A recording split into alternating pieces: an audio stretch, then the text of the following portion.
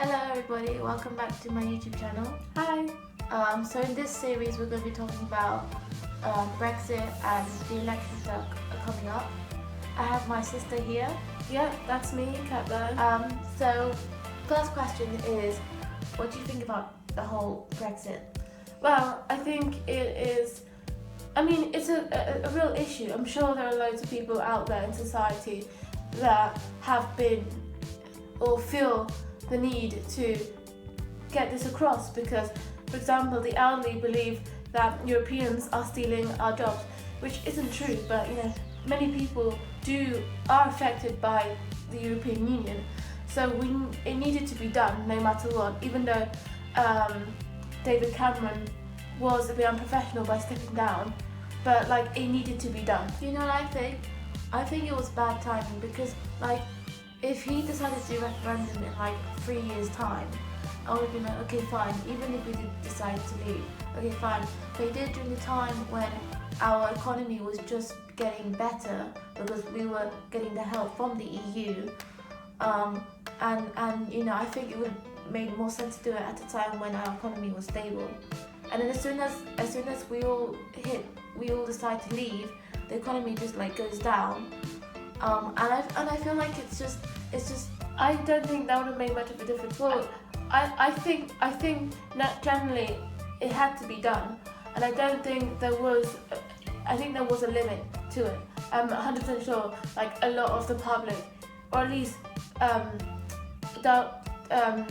David Cameron assumed that the public wanted a referendum and wanted to, impact their opinions to this issue. Well, David Cameron thought that if he does referendum, everyone's going to vote to stay, and he thought he was going to win it, and then he continue. And then as soon as everyone votes, well, most people vote to leave, he quits because he's like, actually, it was so most votes to leave the EU were the elderly who are retired and aren't working, and they believed that Europeans were stealing their jobs. I don't know why that is an issue because they're not working anymore. Yeah. And then the other groups of people that did vote to stay or leave the EU were adults. So none of the the 18-year-olds and the really, really young adults impacted on this. Well, I'm sure there were some people that voted for the referendum, but not a lot of people, because I feel like if there was more motivation and more, trying to get young people to see this important thing and all that, then more young people would have voted. Maybe the voting would have been different. Maybe there would have been, a higher chance of us staying in the EU. Motivation is one key, but I think generally young people themselves just really don't care about politics, and I don't think it's because they're not motivated. Yes, people need to be motivated to be enthusiastic, interested in something, but I think generally, when the news comes on, they don't watch it. I think what really needs to happen is that society in general, parents, society, the government, needs to address that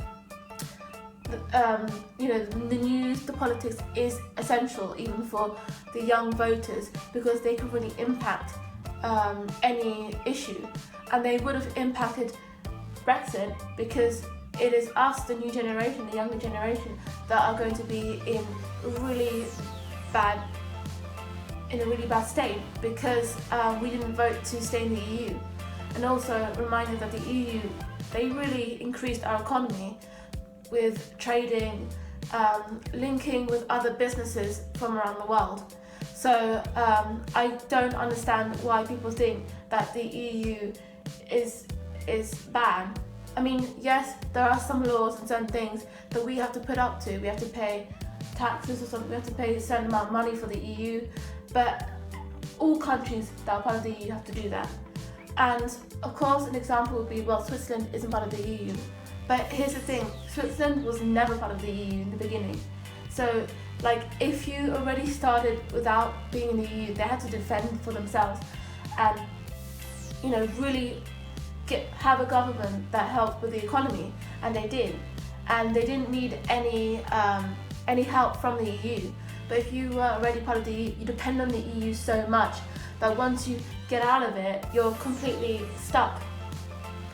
And do you think whoever gets chosen to become the next prime minister, and if it's the choice that the prime minister wants to continue with Brexit, do you think they're going to find a deal or find a way in which we can all? I think they've already had a deal. They've had plenty of deals. It's just that each party are against each other, and they're saying, no, we don't want your deal, and they haven't.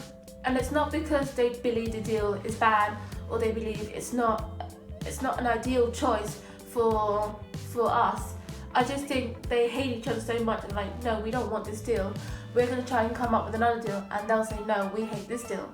So it's just basically arguing against each other and not really giving what the people want.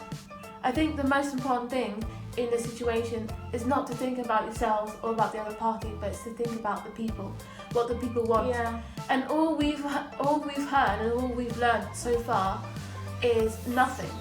We hear stories, we hear, oh, there's a deal, there's not a deal, and we're in that state of mind where we're like, okay, we do have a deal, no we don't, so we do, we're confused. Yeah. And I think what they need to do, what the parties need to do, is not go against each other, but to really understand what the people want and to come up with an idea.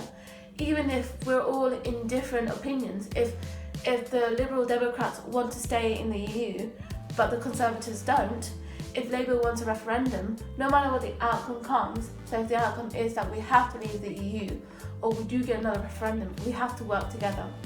And what do you think of each party's, their idea of what they want to do for Britain? So there's Labour, they've talked about, giving money funding for those who don't have jobs and all that. What do you call it? House estates and all that kind of stuff. Yeah. And then there's the Liberal Democrats that want to tackle mental health and all that stuff. I don't see. Thing is, I'm not really too concerned of the other ideas and the other issues that they want to bring forward. I believe that Liberal Democrats are doing a great decision by speaking up about mental health and the fact that we don't support the NHS for that. I think well, the government does support the NHS. The problem is most money goes towards the doctors that focus on they don't support for the mental health. Yeah, but the NHS. They just focus on those who need operations because they've got a heart problem, or for those who have broken legs. But they don't realise that mental health is actually quite a big thing. It is. I mean, it's not as serious as, let's say, you have a terminally illness, or your heart stops, you have a heart attack. There's certain things that on the scale are the highest. Yeah. But I mean, the mental health is a natural issue, and it occurs to pretty much everyone, and it's not just in the UK, it's all over the world. Yeah. I mean, I'm going to go to America and discuss how, after the shootings and stuff, Bernie Sanders did mention that it is an issue that many people can't afford therapy. So again, every country really needs to support funding for these issues, for mental health, for traumatic incidents that people have gone through. We all go through something. We need support for that. Yeah. We shouldn't feel alone. But in America, the problem is people can't afford. But in the UK, is that there's not enough doctors that work in the mental health sector. And if we fund more money for the mental health section, for doctors to come and be like, I want to help people who have this sort of illness that affect them. I know it's not as huge as if you want to have cancer or something like that. Yeah. But it is a big issue. But it takes it's a big issue. It takes a toll on everyone. It's if you have it takes a big part of your life. And it can really affect you, and it can lead to serious things. Again, it all links to money. You need money to be able to do things. Money is the issue here. Yeah. And with Brexit, it's not going to help with our economy. Yeah. And not necessarily it's not going to help with the mental health issues, or it's not going to help with our jobs. It's just in general, our money's going to collapse. Yeah. So at the moment, I do agree with certain aspects of what each party has to offer, but I think for me at the moment, I'm more concerned about Brexit.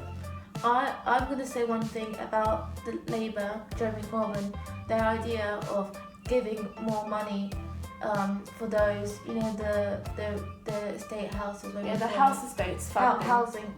Yeah. Housing, yeah. I think it's the idea of doing it for people, no matter how many children. I think it's wrong, because I feel like if that became I think their intentions are good. They just didn't if plan that, it thoroughly. yeah, but if that comes through, it means that every single person that is living in a housing property that has been funded by the government means they will have babies every single time to avoid going and get a job. The easiest thing is to fund people who don't have a job, who need a house who have 2 kids. Okay, that's enough. But to go beyond that, I think it's wrong, because then all these young people are going to like, let's have more babies so then I can avoid going to work. Well, I think I mean, that's just my opinion. I think Labour in general, I think Jeremy Corbyn, wasn't really thinking about the long haul or how it could impact. I think he was generally thinking, what's an issue, what can we do about it? Because Labour is all about the people in general. Yeah. It's about schools, it's about the NHS, it's about things that really affect us, that is important to us. All these facilities, these leisure centres and housing and things that are really more important, whilst the Conservatives are more about businesses. So I think generally what he was trying to do is persuade people to vote for him because he has an idea. I just think he needs to set boundaries for this idea. Yeah. Because it can lead to a bit of a problematic issue where a lot of people will take it as an advantage, and That's what I think is going to happen. And maybe not necessarily not find a job, but take the advantage of having a home being given to them by the government. Yeah, but then you get given, they get given a home. The home that they get given is funded by the government. Yeah. And the problem that it is not that obviously they're going to take advantage of it by having babies every single year and trying to avoid to get, because the easiest thing to do is, if you've been put in a housing estate that's funded by the government and you already have 2 kids, then the next thing you would do, one would naturally do, is try and get a job, even if it's like not enough money, but at least I'm sure there are people who do that. But if the Labour says, oh, this is our idea to fund as much as we can to those people, then they're gonna think, great, I can have more babies and avoid going and get a job. I think what Labour needs to do is if they're focusing on those people, instead of saying let's give funding to them so that they can stay in the housing and all that, they should say we should help them get a job, because that's far better. I think the issue here, it has nothing to do. I think the issue here has nothing to do with Labour. I think the issue here is that many people are judging and are saying, well, this is what's going to happen. We don't know for a fact that these people are going to take advantage and just solely use it because they don't have to go and find a job. I think in the long term, there are a few people out there who actually have a brain, who are intellectual and think, well, I need to still provide for my family. Well, yeah, but I just think there needs to be some sort of boundary, a limit to, maybe like a list of who can have a council estate house funded by the government and who can't, and really pin that down and address it to the people, so that then they don't make that mistake of trying to get themselves a house funded by the government and not working. There's certain elements and certain things that we need to address here. And if Labour wins and they do another referendum, what do you think the outcome's going to be? Well, this is a tricky situation, because I feel like a lot more younger voters from 18 and the young adults are going to impact the vote. But whether it's going to change it completely, so whether the highest vote will be to stay in the EU, I'm not sure. I'm 100% sure that all the younger voters and all those people, there's a lot more people who have realised that leaving the EU or not even voting, not even impacting their vote, is going to make a huge difference. It's going to collapse the country. Yeah. But I'm hoping that maybe for the long run it will beat those who believe that we should leave the EU.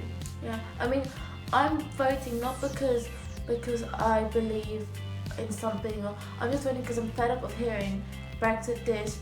Do we have a deal? Do we not have a deal? What's happening?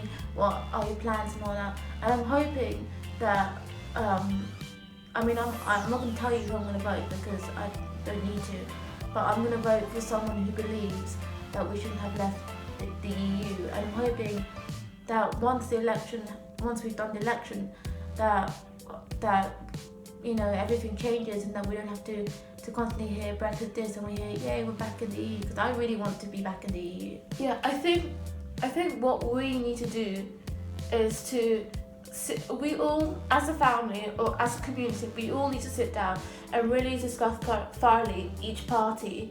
And of course, the Conservative is out of the question for me because I still want to be in the EU.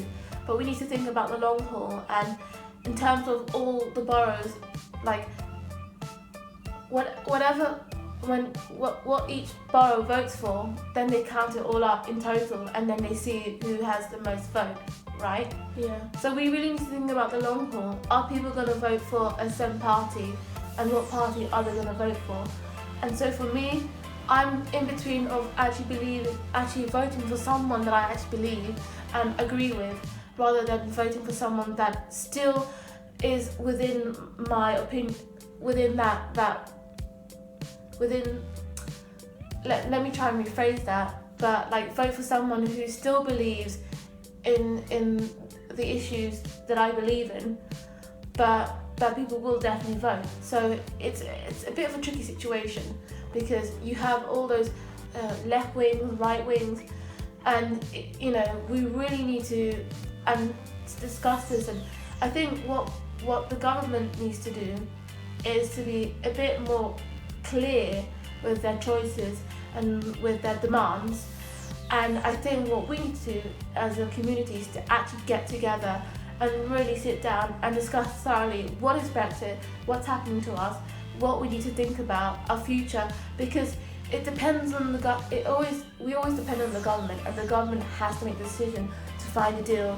And all these situations, let's say we are leaving the EU, there needs to be some sort of compromise, some sort of idea, something that we can hope for, so that we're not completely busted and we're not completely collapsing with our economy and with our life, because it really, all in all, it's us that we need to concern ourselves about, but we also need to think about our future. So if we do leave Brexit, what do we need to do?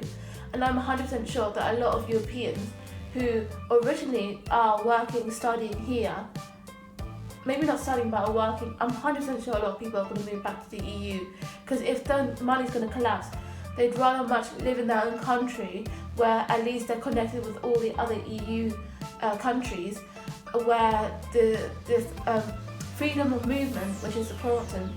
So I think like all these, not all Europeans, but I'm 100% sure majority of Europeans are going to go back, even though the UK is essential, full of possibilities for all these businesses, and we are with open arms. But at the moment, it's like saying, oh, if you're European and you're part of the EU, you might as well head back. Yeah. And in my opinion, I'm also thinking about leaving London, because I love London so much, and I was born here, but I have European passports, which gives me, the access to stay in the EU. And I'm thinking, well, if the economy is going to go down, I don't want to live in such a bad state in a place where the government onwards still has nothing to give us. I want to be the place, like Germany. Like Germany is one of the best places to be, because even though like the economy is very high, they're very good at looking after the economy, looking after people. At some point, everyone's going to run out of money, and things are gonna happen. But for the moment, I want to be in a place where I'm actually gonna be able to live, and not be in a state where there's nothing happening and I'm gonna be living here for the rest of my life without any opportunities. Yeah. Okay. Well, thank you for joining me in this discussion. Thank you. I really enjoyed this so much. Just let you know that these are just our opinion. We're not trying to criticize anyone. Of course not. Everyone has their own opinion. So comment down below who you think, or which party you think will probably win or get the majority of votes. Who you might vote for, and whether you think David Cameron should have done the referendum or not. Yeah, and of course, just like the video and subscribe always, because it will mean so much for her. So yeah, no, please do that, because it really impacts us as YouTubers, or what we're trying to become YouTubers. And so if one person subscribes and likes, it kind of helps us to feel happy and to know that we are impacting people. Yeah.